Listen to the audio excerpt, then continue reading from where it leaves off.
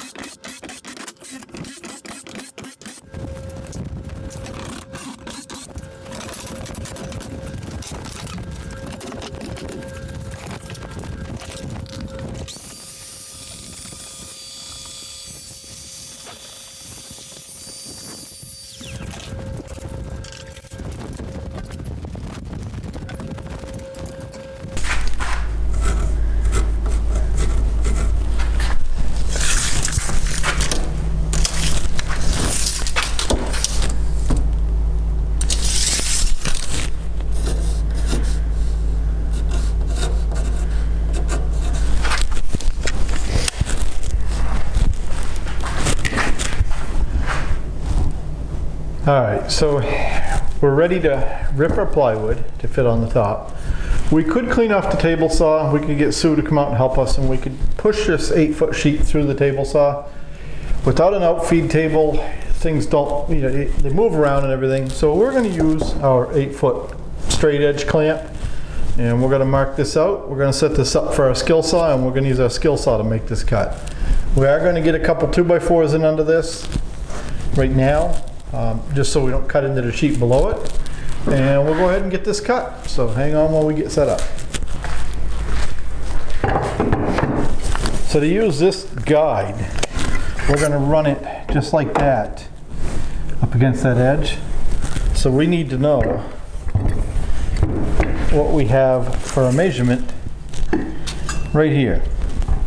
We have 4 1/4 to the blade. So we know we're going to want to be 4 1/4 inches to here, to that mark.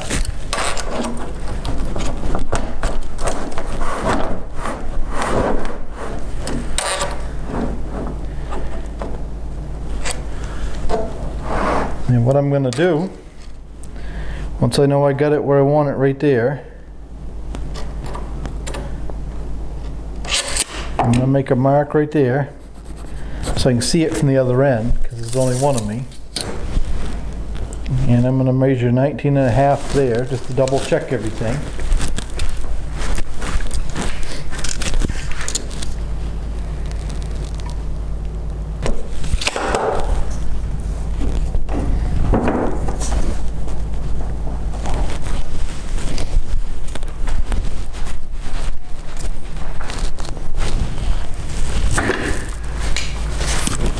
I'm going to set my skill saw to the right depth.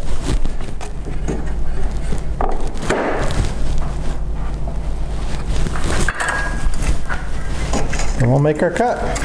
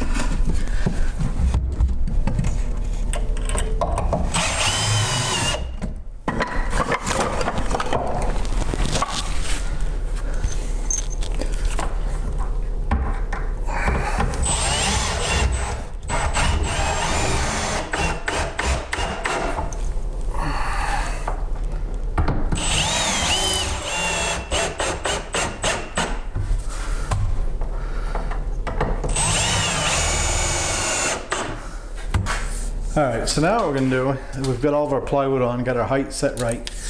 We're going to actually make sure the saw is square to the table. We have 10 inches from there to there. I've used my clamp as a straight edge. We have 10 inches there. So we're happy with that. What we're gonna do is just make some pencil marks down in here. We're not gonna bolt this down just yet in case we need to move it to do the T-track. So we're gonna go ahead and do that. Just something like that. Just something we can come back to and get ourselves pretty close. Now, we're gonna check it this way. And you know, we're good. We're just off in the deck there a little bit, which is what we wanna be. We're off the deck quite a bit down here. We may end up actually having to shim this leg up a little bit, so we'll come back to that later. So what we're gonna do is, I think we're gonna figure out our T-track. All right, so what we're gonna do now is, I think we're gonna figure out our T-track, exactly where we want that. We're gonna find our router. We're gonna figure out how we're gonna clamp a straight edge on here to route. We're gonna try it on a scrap piece of plywood first. So we'll bring you back when we're set up to do that. All right, so I've changed plans. The router we need to do the groove for the T-track was out in the shed. It's about 1 degree out. So we brought it in. We're gonna let it warm up for a couple hours.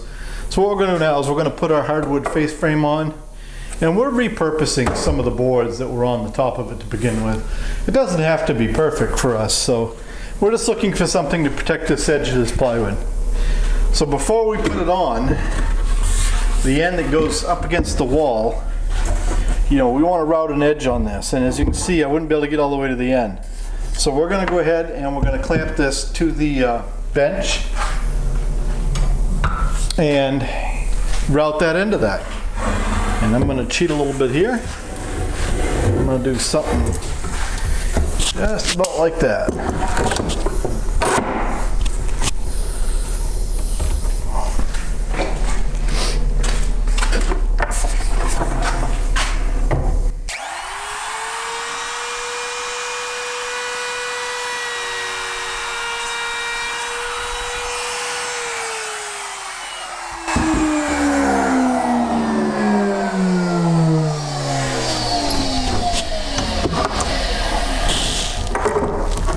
that's all we gotta do, because we'd rather have the bench there as a flat surface to hold the router stable. So we're gonna go ahead and put this on now. And we're just shooting it on with finish nails.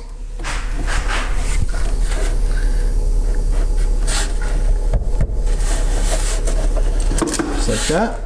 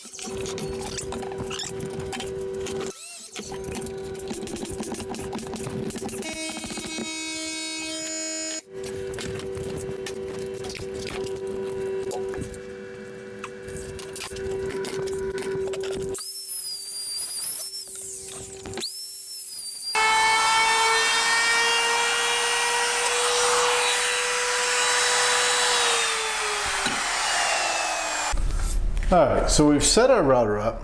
We've made a test pass in a scrap piece to make sure it's going to cut good and to make sure this fits. And we really like the way that fits. So now what we got to do, it's a little tight, but I think that's going to be okay. If it does present a problem going in, what we'll do is we'll just bump our straight edge just a whisker and make a second pass to the router to make the groove wider. But we got to decide if we're happy with everything here. The miter saw, as you saw, it's a little tight when you 45 it, but it works. It goes pretty much all the way that way. I think we might pull it forward like an inch. So what I'm thinking is maybe like that. So with that in mind, I think what I want my T-track about 1.5 inches off the back of that. So I'm 10 1/4 to the face. So if I want that 1.5 inches, like that, I want to be, I'm going to say 8 1/4 to the T-track from the face. I'm actually going to jot that down. I'm going to sand these all out so it's okay to write a little bit on here. So now that we know that, we're going to straighten this back out. I think, slide it back out of our way as much as we can. And I think what we're going to do is make a mark at 8 1/4. Make a mark down here at 8 1/4.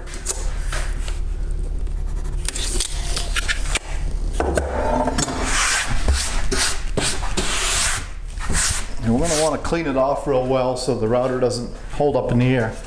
Because if the router holds up in the air, then we're going to get the hole is going to be deep enough.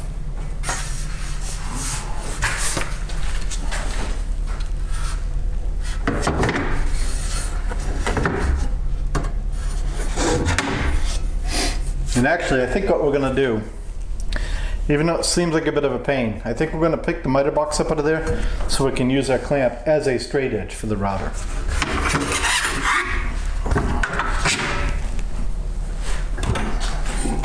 I think what we'll do is just go over here.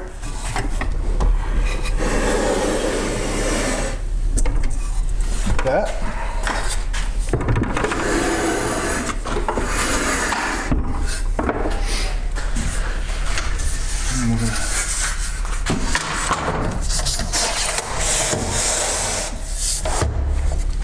Keep going.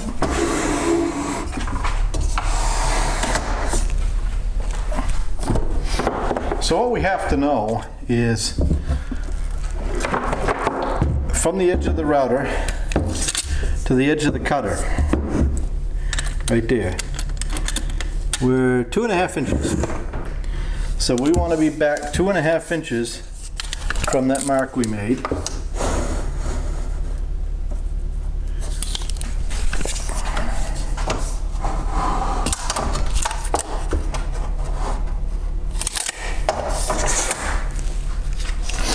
And then the good thing about that is we can sort of look at this right here too. And we can even measure it right there. 2 1/8, 2 1/8.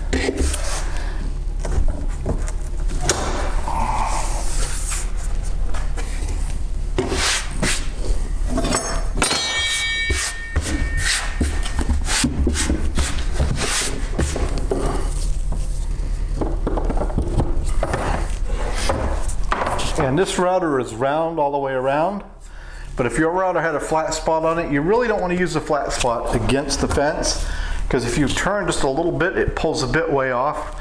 So you definitely want to use part of the rounded spot.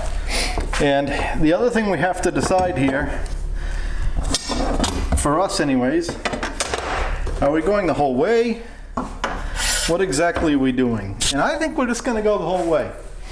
I think I've been thinking about it, and on this end, I think it's just going to come right out. We're just going to go the whole way and call it a day. So we'll set that out of the way. Get our router fired up.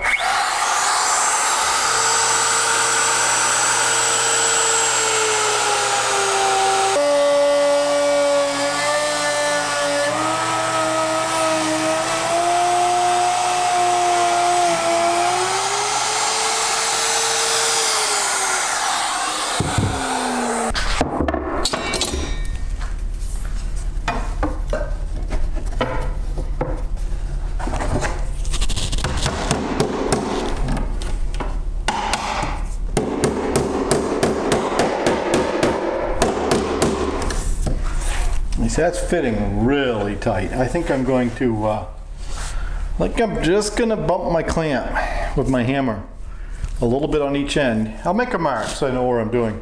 But I think I'm gonna, add maybe another 32nd of an inch to that. I don't want to have to drive that in that hard. All right, so what I'm gonna do is I'm gonna make a mark right there and a mark right here. And I'm gonna take my hammer. I'll do it down here where you guys can see. I'm going to take my hammer and I'm going to tap my clamp that way. Just a fuzz.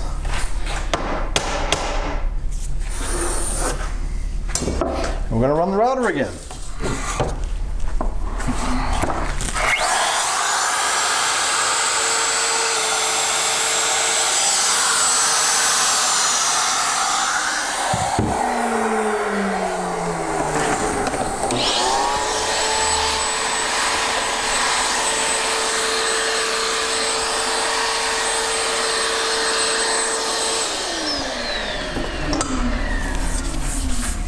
All right, now I suspect it'll drop right in.